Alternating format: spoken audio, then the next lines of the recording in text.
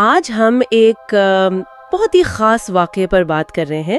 یہ کہانی ہے خدمت کی، پہچان کی اور ایک ایسے سلسلے کی جو نسلوں تک چلا۔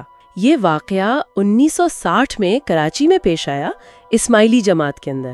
ہاں، اور ہماری معلومات کا جو ذریعہ ہے وہ ایک اقتباس ہے خدمت کا سلسلہ اور نور کی برکت۔ تو آج کوشش یہ سمجھنے کی ہے کہ اس واقعے میں کیا گہرائی ہے، خاص طور پر یہ جو نسلوں کی خدمت کا پہلو ہے۔ جی، یہ بہت اہم نکتہ ہے۔ تو منظر کچھ یوں ہے کہ سال 1960 ہے، امام شاہ کریم الحسینی پاکستان آئے ہوئے ہیں دیدار کے لیے۔ جی، کراچی میں کھارادر اور گارڈن جماعت خانوں کا ذکر ملتا ہے کہ وہاں پروگرام ہوئے۔ بالکل، اور اس وقت گارڈن جماعت خانے کے مکھی تھے قمر الدین مولو نوتا۔ اچھا، مکھی قمر الدین نوتا، ان کے بارے میں آتا ہے کہ وہ کافی عرصے سے خدمت کر رہے تھے۔ جی، بہت عرصے سے اور بڑی وفاداری سے۔ ایک دلچسپ بات یہ بھی ہے کہ وہ انگریزی نہیں بولتے تھے۔ اوہ! ہاں، تو وہ امام سے کچی زبان میں بات کرتے تھے جو ان کی مادری زبان تھی، اور ظاہر ہے دل میں بہت محبت اور عقیدت تھی۔ یہ پس منظر دیکھیں نا، بہت اہم ہے۔ کسی بھی کمیونٹی میں ایسے واقعات صرف تاریخ نہیں ہوتے۔ صحیح۔ یہ اس کمیونٹی کی اقدار، ان کا روحانی تعلق، خدمت کی روایت، اس سب کو سمجھنے میں مدد دیتے ہیں۔ خاص طور پر جب لیڈر اور پیروکار کے بیچ ایسا براہ راست رابطہ ہو، بالکل، جیسا اس واقعے میں ہے۔ یہ لمحے اکثر بہت گہرے سبق سکھا جاتے ہیں۔ بالکل۔ تو واقعہ پیش آیا 27 ستمبر 1960 کو۔ اچھا۔ امام شاہ کریم کراچی سے روانہ ہونے والے تھے، یہ دورے کا آخری دیدار تھا۔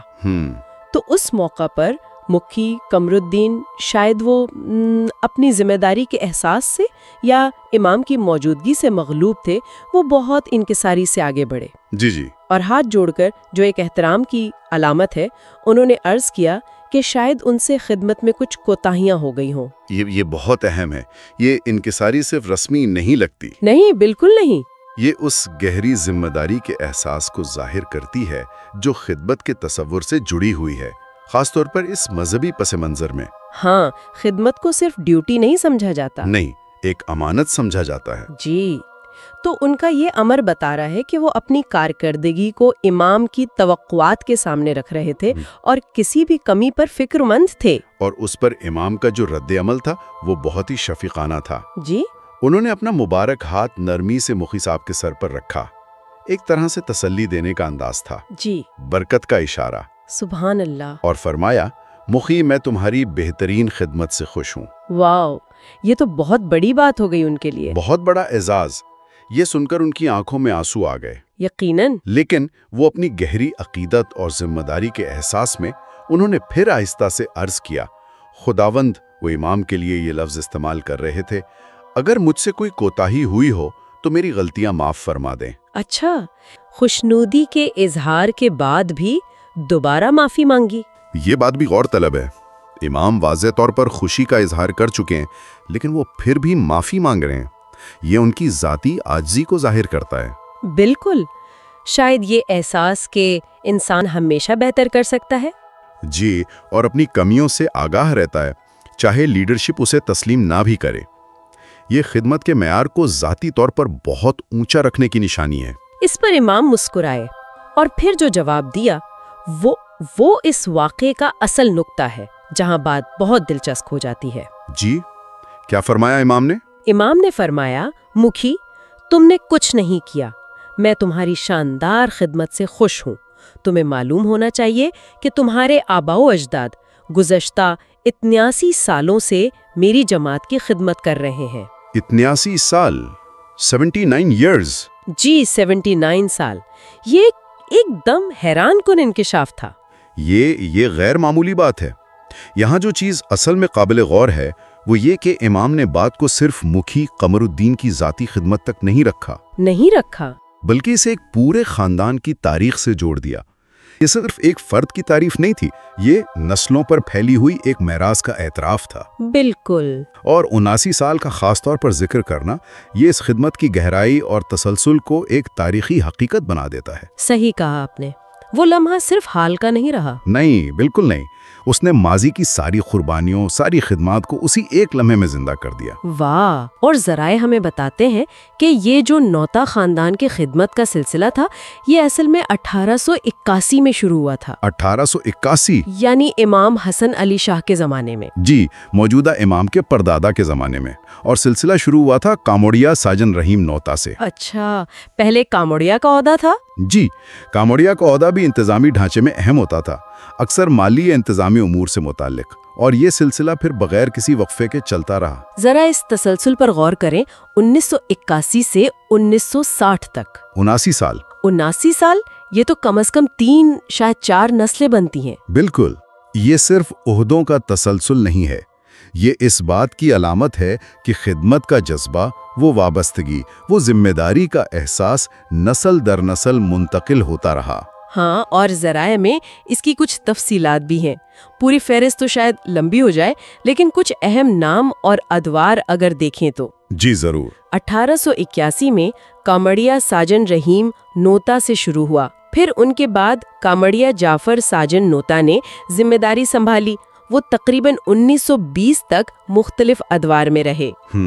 ان کے بعد کامڑیا محمد ساجن نوتا آئے 1920 سے 1939 تک۔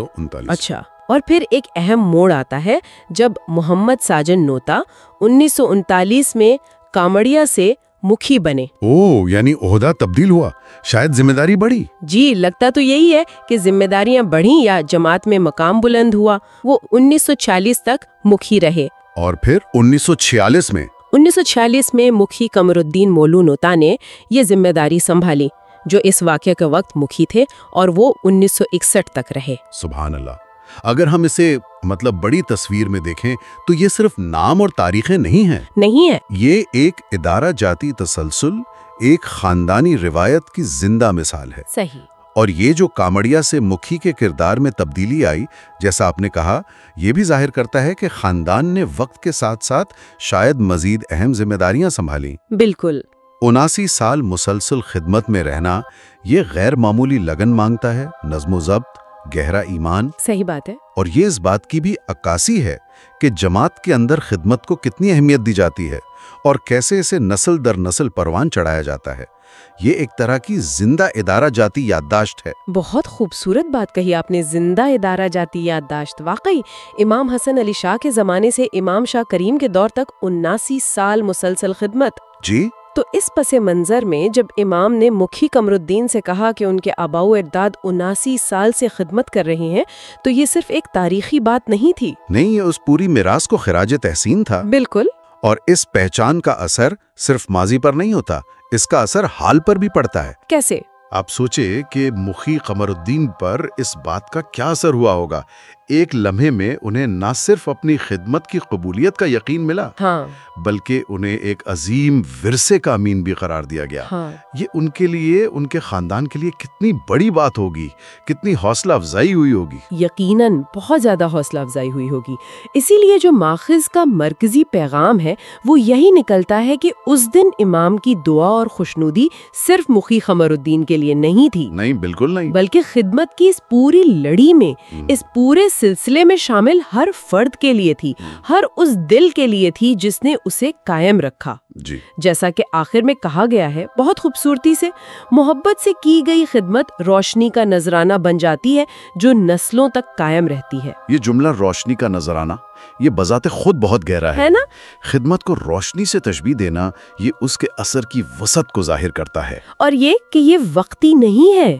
بالکل، نسلوں تک قائم رہنے والی روشنی، اور اس میں جو کلیدی عنصر ہے وہ محبت ہے۔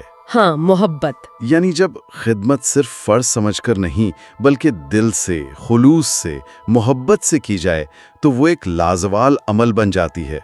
اس کی روشنی پھر آنے والی نسلوں کو بھی متاثر کرتی ہے۔ وہ صرف ایک انتظامی ذمہ داری نہیں رہتی پھر، نہیں، وہ ایک روحانی عمل بن جاتی ہے۔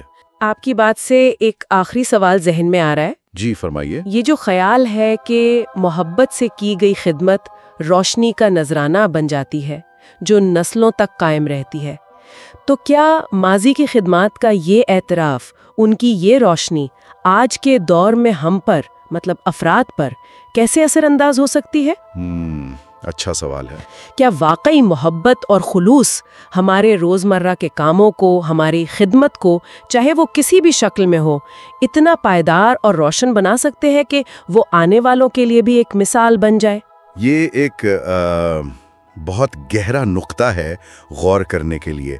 کیا ہماری نیت، ہمارا خلوص ہمارے عمل کو لازوال بنا سکتا ہے؟